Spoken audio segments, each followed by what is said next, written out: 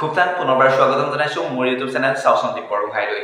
ইতিমধ্যে দিনৰ ভাগত আপোনালোকে দেখিলে শংকৰজ্যোতিৰ ক্ষেত্ৰত কিয় নীৰৱ ভূমিকা পালন কৰিছে আছুৱে তেওঁলোকৰ আছুৰ সভাপতি ডাঙৰীয়াই ইতিমধ্যে সংবাদ মেল যোগে তেওঁলোকৰ আছুৰ নীৰৱ ভূমিকাৰ স্থিতি ইতিমধ্যে আমাক জানিবলৈ দিছে। তাৰ পাছতে কিন্তু আছুৰ সভাপতি ডাঙৰীয়াই যিখিনি কথা কৈছিলে যে এগৰাকী আছুৰ যুৱতীক শংকৰজ্যোতিয়ে যৌন শোষণৰ কাৰণে বিবাহৰ প্ৰস্তাৱ দি পানি যৌন শোষণৰ এনেকুৱা বিভিন্ন ধৰণৰ কথা কৈছিলে বুলি ইতিমধ্যে তেখেতে সম্পূৰ্ণ ভিডিঅ'টোত আপোনালোকে ইতিমধ্যে দেখিবলৈ পাইছে। কিন্তু তাৰ পাছতেই লক্ষণীয় বিষয় হৈ পৰিছে যে বীৰ লাচিত সেনাৰ সচিব প্ৰধান বিকাশ অসমে আছুৰ ভেটিত কিছুমান প্ৰশ্ন কৰিছে বুলি ক'ব লাগিব।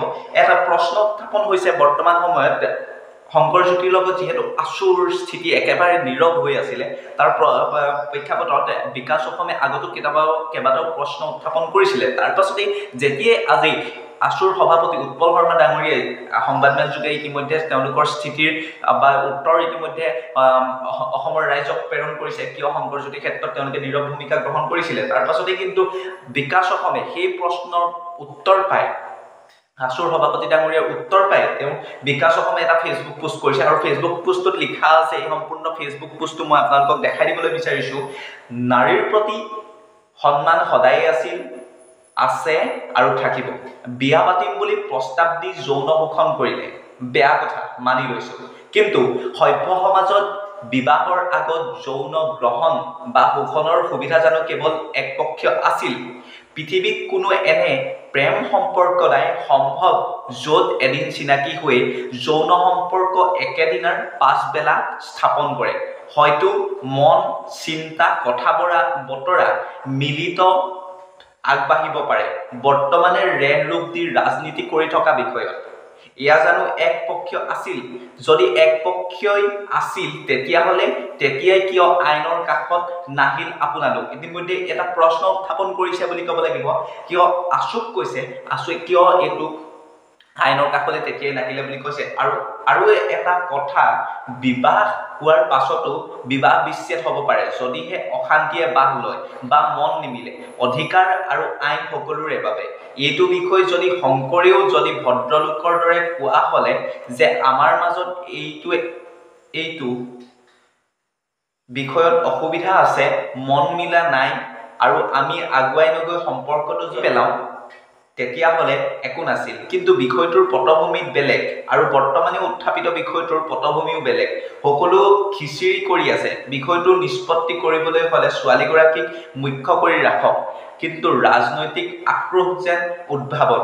পুৰুষক সেৱ কৰিবলৈ ব্যৱহাৰ কৰা শক্তিশালী অস্ত্ৰপাত যেন নাৰীক ন্যায় দিয়াৰ বিপৰীতে যাতে ৰাজনৈতিক কুচক্ৰান্ত নহয়। তদন্ত হওক, ন্যায় প্ৰতিষ্ঠা হ'ব লাগে, ছোৱালীজনীয়ে বা ল'ৰাটোৱে ন্যায় পাওক। ই যাতে তৃতীয় পক্ষৰ ষড়যন্ত্ৰৰ পথাৰৰ খেল নহয়। কিন্তু লালিত্য ভাষা বিশেষণ দি পাক দি থকাতকৈ চিধাই বিষয়টোক ছোৱালীজনীৰ পক্ষত হওক। মহিলা আয়োগক তেতিয়াই খবৰ, পুলিচত এজাহাৰ, তাৎকালীন বহিষ্কৃত কিয় তেতিয়াই কোনেও গুৰুত্ব নিদিলে, সাঁথৰ হৈ ৰ'ব। ইতিমধ্যে এনেকুৱা এটা ফেচবুক পোষ্ট, বিস্ফোৰক ফেচবুক পোষ্ট ইতিমধ্যে বিকাশ অসমে বৰ্তমান ফেচবুক যোগে তেওঁ বাৰ্তা প্ৰেৰণ কৰিছে। আচলতে এই বিষয়টো সঁচাকৈ এটা ৰহস্যময় হৈ আছে বৰ্তমান সময়ত। যি সঁচাকৈ তেওঁ যি প্ৰশ্ন উত্থাপন কৰিছে বা ইয়াত যি উল্লেখ কৰিছে খিচিৰি, বৰ্তমান বিষয়টো সম্পূৰ্ণ খিচিৰি হৈ আছে। বৰ্তমান যিহেতু আমাৰ বিদেশী বনিয়াই আমাৰ অসমীয়া শোষণ কৰিছে, যিহেতু আমাৰ অসমীয়াৰ এজন যুৱক ইতিমধ্যে সোমাই আছেগৈ জেলৰ ভিতৰত, জেলৰ চাৰি বেৰৰ মাজত আবদ্ধ হৈ আছে। এই বিষয়টোৰ ওপৰত আমি গুৰুত্ব দিব লাগে। তাৰ পাছৰ পৰ্যায়ত বাকীখিনি আমাৰ মাজত যিখিনি সংঘাত হৈ আছে সেই সংঘাতখিনি আমি পাছত মিলাব পাৰিম। কিন্তু আমি যদি আমাৰ মাজত লাগি থাকোঁ, খোৱা কামোৰ আমাৰ মাজত লাগি থাকোঁ, তেতিয়াহ'লে কিন্তু বাহিৰৰ বনিয়াই আহি আমাৰ মূৰৰ ওপৰত নাচাটো খাটাং হৈ পৰিছে। ইতিমধ্যে বিকাশ অসমে যিখিনি পোষ্ট কৰিছে তাৰ তলত যথেষ্ট কমেণ্ট আহি পৰিছে। সঁচা কথা জয় আই অসম, সঁচা কথা সুন্দৰ উপস্থাপন, আছুৰ শংকৰজ্যোতিৰ পক্ষত নাই সেইটো কথা ক'ব লাগিছিল। যিহেতু শংকৰজ্যোতি দুখমুক্ত হোৱা নাই, বিপৰীতে আদালতৰ বিষয় এটাত সোমাই শংকৰজ্যোতিক পুনৰ মানহানি কৰিবলৈ অধিকাৰ ক'ত পালে? এনেকুৱা বিভিন্ন ধৰণৰ আছু বিপক্ষে বৰ্তমান প্ৰশ্ন উত্থাপন হৈছে এই বিষয়ত আমি বিশেষকৈ নাজানো যেহেতু সংবাদ মাধ্যমৰ বা ফেচবুকত যি ছ'চিয়েল মিডিয়া আছে ছ'চিয়েল মিডিয়াত তেওঁলোকে যিখিনি পোষ্ট দিছে বা যিখিনি কমেণ্ট আহিছে সেইখিনি আমি ক'বলৈ চেষ্টা কৰিছোঁ বৰ্তমান বিষয়টো আমি এইটোৱে ক'ব লাগিব যিহেতু ময়ো এজন অসমীয়া ল'ৰা সেইকাৰণে এইটো বিষয়ে কওঁ যে বাহিৰৰ বনিয়াই যাতে আমাক শোষণ কৰিব নোৱাৰে তাৰ প্ৰতি কিন্তু আমি লক্ষ্য দিবৰ হ'ল নহ'লে শংকৰৰ দৰে আন বহু ব্যক্তিও অসমীয়া ল'ৰা জেলৰ চাৰিবেৰৰ মাজত সোমাই থাকিবলৈ কিন্তু বৰ্তমান সময়ত মানে এখন দৰ্জা মুকলি হৈছে বুলি আমি ক'ব লাগিব পুনৰ বিকাশ অসমে যিটো পোষ্ট কৰিছে আপোনালোকক মই দেখাই দিছোঁ পোষ্টটো বিকাশ অসমৰ যি পোষ্ট আহিছে এই পোষ্টৰ তলত কিন্তু আছুৰ বিপৰীতে